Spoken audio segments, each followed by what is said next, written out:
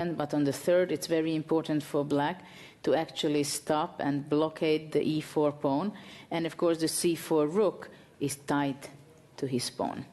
Rook c7, giving up the e4 pawn for the g7 pawn, but now also the f5 pawn is hanging, and then rook g5 picking up the h5 pawn. Lots of pawns can disappear in the next few moves. On the other hand, after rook g7, black will not even take on g3. Here he has to make a move. Why was he calculating so much? King takes f5, rook takes g7. And I think he's just going to go a5, or the other option is to play rook a2 first. But I think he just has to push his pawn. 10 and king f6. Rook g5. 1.5 minutes for Magnus Carlsen. Now 25 seconds for Fabiano. a5, rook h5.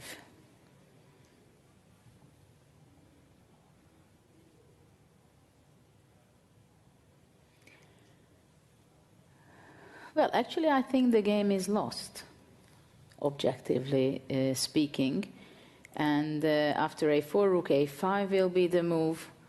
And now it's very important for white that he's not going to play g4, allowing black to cut his king away. He's going to go king h3. g4 would not be the best move. After g4, actually the best try definitely for black to go back to a3 and cut the king's path again. So king f3 is standing on the board. a3 was played. Rook a6 check. Now question to Fabiano whether he goes out to e5 or he goes back. Obviously he goes back to g7. Very difficult moments for Fabiano, as he knows that he's just going to pull off from the cliff, I'm afraid. King to g2. Yeah. Rook a2 check. King h3. Rook back to a1. Yeah, king g4 will be standing on the board, but of course Magnus is also nervous because he feels that the chances are there again as it was in game 1, and whether the ghost will be around again, that he's spoiling his win or no. h5. This is the closest he ever got since game 1, you're right. A very similar situation in game 1 of the match, the classical game. The first one they played here, he didn't manage to win a winning position, and now it's a similar scenario, although the position is much simpler than game 1. Well, there is only practically one way of trying to save the game, that, well, king at h7 now. If, actually it's very difficult for black, of course, if let's say king g4.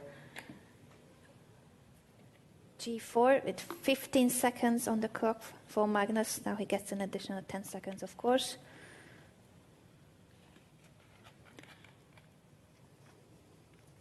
Well, actually this position is almost impossible to hold, even if you have an opportunity to save the game. Oops.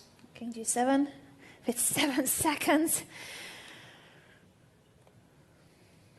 Okay, of course it's still not easy. White definitely has to go with his king to h4 and g5. And that's what he's doing.